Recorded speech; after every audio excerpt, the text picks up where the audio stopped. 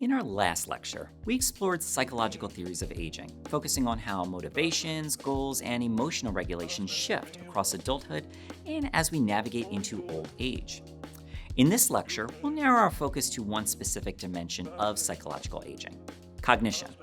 When people think about aging, cognitive change is often one of the first concerns that comes to mind. We often associate aging and elderhood as processes of decline, particularly as it relates to our cognitive abilities. However, it's important to note that this is a view rooted in ageist stereotypes, as not all cognitive abilities decline with age. As such, we must begin with a clear and evidence-based framing. Not all cognitive changes are negative, and not all cognitive changes are pathological. Many cognitive shifts are a normal part of the aging process. In this lecture, we will examine what we mean by cognition, how different cognitive domains change over time, the distinction between fluid and crystallized intelligence, and why variability and heterogeneity are central to understanding the cognitive aging. This discussion will set the foundation for our next lecture, where we will differentiate normal cognitive aging from pathological cognitive conditions, such as dementia.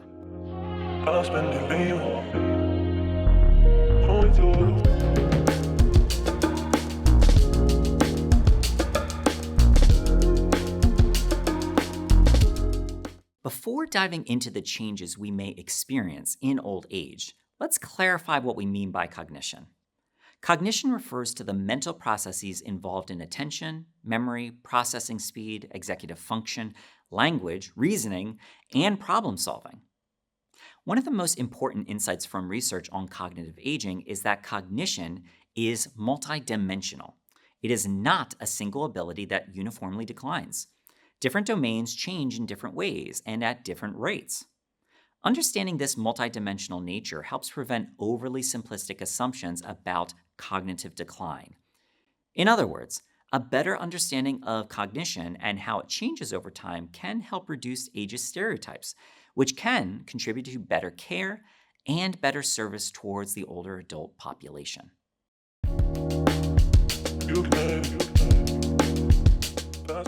A central framework for understanding cognitive aging involves the distinction between fluid intelligence and crystallized intelligence.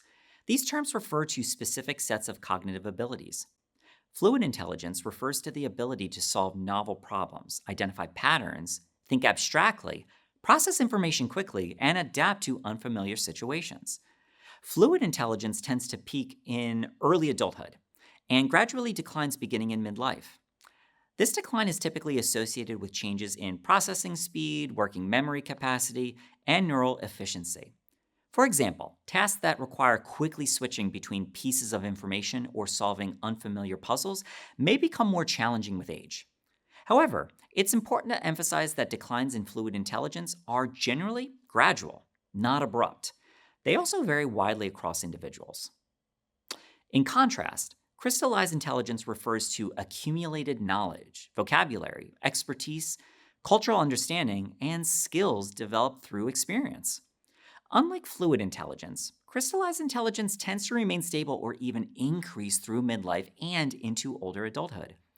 As an example, older adults often demonstrate strong vocabulary, deep domain-specific expertise, contextual judgment, and practical wisdom.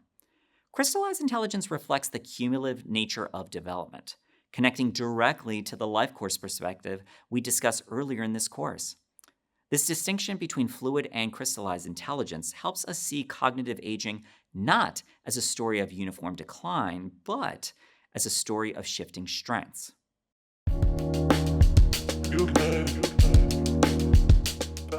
One of the most robust findings in cognitive aging research is a gradual decline in processing speed. Processing speed refers to how quickly the brain can perceive, interpret, and respond to information. As processing speed slows, reaction times may increase, multitasking may become more difficult, and complex tasks may require more time. Importantly, slower processing does not necessarily mean lower accuracy. Older adults often maintain high levels of accuracy, especially when given adequate time. As an example, research on online information seeking among older adults has shown that while older adults may take more time to find important health information they are looking for on the internet, their accuracy tends to match younger cohorts. They get the correct answers. It just takes a little longer to get there. Many age related differences in cognitive tasks can be explained by processing speed changes rather than fundamental loss of ability. This insight has practical implications. When environments allow sufficient time and minimize unnecessary cognitive load, older adults perform extremely well.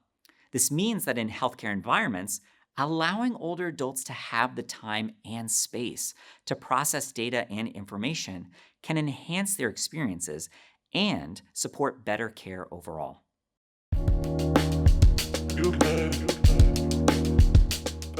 Memory is another area where misconceptions are common. Memory is not a single system. It includes several distinct components. Working memory involves holding and manipulating information over short periods. There is typically some decline in working memory capacity with age, particularly for tasks that require juggling multiple pieces of new information. Episodic memory refers to memory for specific events, such as remembering what you ate for dinner last night. Older adults may experience greater difficulty retrieving recently learned information, especially names or details. However, this is often a retrieval issue rather than a storage problem. Semantic memory refers to general knowledge and vocabulary. This form of memory tends to remain stable or even improve with age. And finally, there's procedural memory. These are memory for skills like typing, driving, or playing an instrument, and are often well preserved. This nuanced view of memory reinforces that occasional forgetfulness, such as misplacing keys or struggling to recall a name, can be a normal part of aging and does not automatically indicate pathology.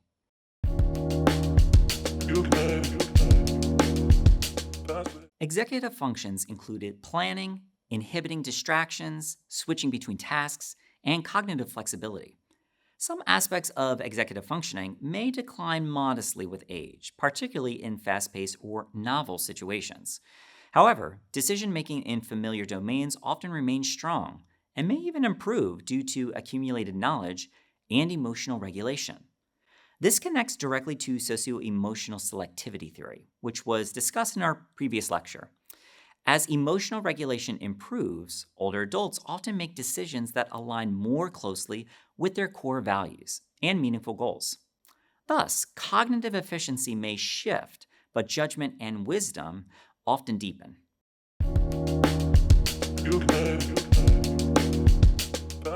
One of the most important principles in cognitive aging research is heterogeneity, a term we've come across in previous modules. In summary, there is enormous variability between individuals, across educational backgrounds, across health statuses, and across socioeconomic contexts. Factors influencing cognitive aging include cardiovascular health, physical activity, social engagement, cognitive stimulation, educational attainment, and lifetime exposure to stress. This variability aligns with the life course perspective. Cognitive trajectories reflect accumulated experiences, opportunities, and exposures over decades. Additionally, cognitive performance fluctuates even within individuals from day to day. Stress, fatigue, sleep, and mood all influence performance. Understanding variability prevents deterministic thinking about cognitive aging.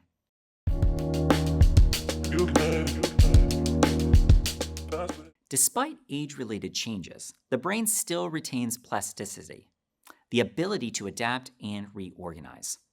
Research shows that cognitive training can improve performance in targeted domains. While gains may not always generalize broadly, they demonstrate that learning remains possible even in old age. Related to this is the concept of cognitive reserve, the idea that education, occupational complexity, and mental stimulation build resilience that allows the brain to compensate for age-related changes. Cognitive reserve helps explain why two individuals with similar brain changes may show very different levels of cognitive functioning. Again, this reinforces a central theme of this course. Aging outcomes are shaped by both biology and context.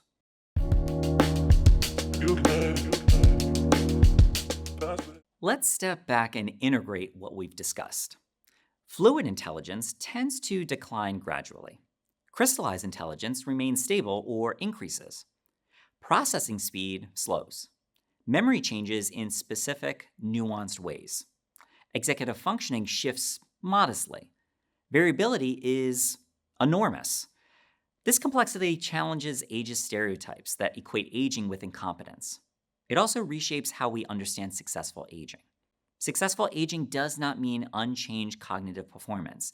It may instead involve adaptation, compensation, and continued engagement, exactly as described in the SOC model. Normal cognitive aging is not pathology. It is development.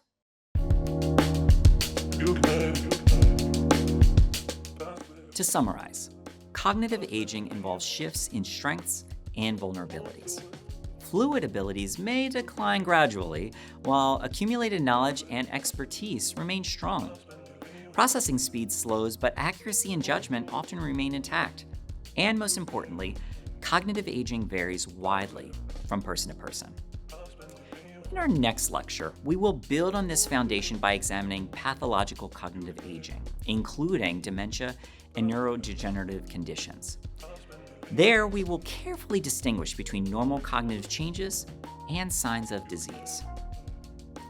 As you reflect on today's lecture, consider this question. How might misunderstanding normal cognitive aging influence how older adults are treated in healthcare, workplaces, or community settings? This concludes the second lecture for Module 3. If you have any questions about the material covered in this lecture, please contact your instructor for this course. Thanks for watching.